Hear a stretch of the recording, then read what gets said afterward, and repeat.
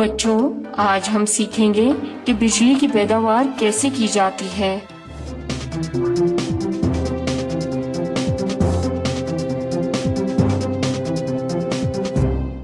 तालिमाबाद शहर में बिजली की किल्लत की वजह से कुछ देर बाद बिजली जाने का इम्कान है। तैयार रहिए।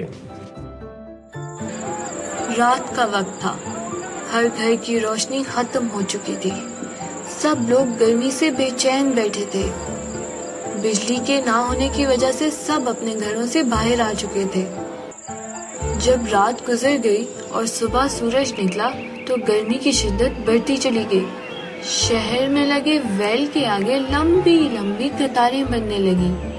वेल से पानी निकाल के कुछ लोग तो अपने ऊपर पानी की बाल्टियां गिराने लग गए।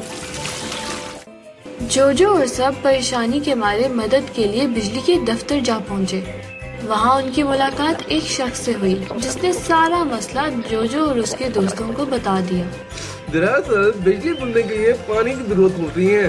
बारिश का पानी जब डैम को भर देता है तो इससे पानी के अंदर लगा एक पहिया घूमने लगता है जिसको टरबाइन कहा जाता है, और टरबाइन के आगे लगा जनरेटर बिजली बना के बिजली के खंभों में पहुंचा देता है, जहाँ से पूरे शहर को बिजली मिलती है।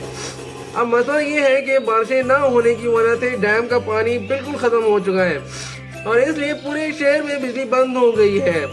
टरबाइन घूमेगा तो बिजली बनेगी।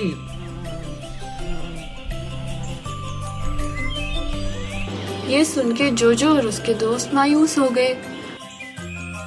सामने शुरली खड़ा था और इसके हाथ में एक खिलौना था। जब हवा चलती थी तो ये खिलौना घूमने लगता था। यस! ये देखते ही जोजो के दिमाग में कोई ख्याल आया। फौरन उसने गुब्बारे वाले अंकल से वही खिलौना खरीद लिया और दोबारा बिजली के दफ्तर जा पहुंचा और उस शख्स को वो खिलौना दिखाने लगा। अंकल अंकल ये देखें, ये भी आपके टरबाइन की तरह घूमता है। क्यों ना हम टरबाइन को पानी के बजाय हवा से घुमाएं? तो वो शख्स सोचने लगा। लगता है उसको जोजो का आइडिया बहुत पसंद आया है। सबको लेके वो एक पुराने से कारखाने में ले गया जहाँ मिट्टी और मकड़ी के जालों के पीछे छुपा एक पुराना सा पंखा पड़ा था। मुझे लगता है ये पंखा हमारे तजर्बे के काम आ सकता है।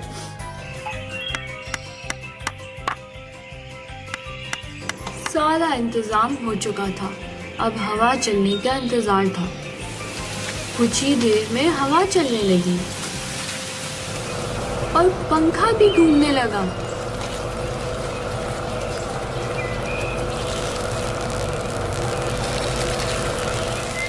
और बल्ब रोशन हो गए। हवा से बिजली बनने का तजर्बा कामयाब हो गया था और कुछ ही देर में पूरे शहर में इस नए तजर्बे की खबर फैल गई और आखिरकार शहर में ढेरों विंडमिल्स लगा दी गई।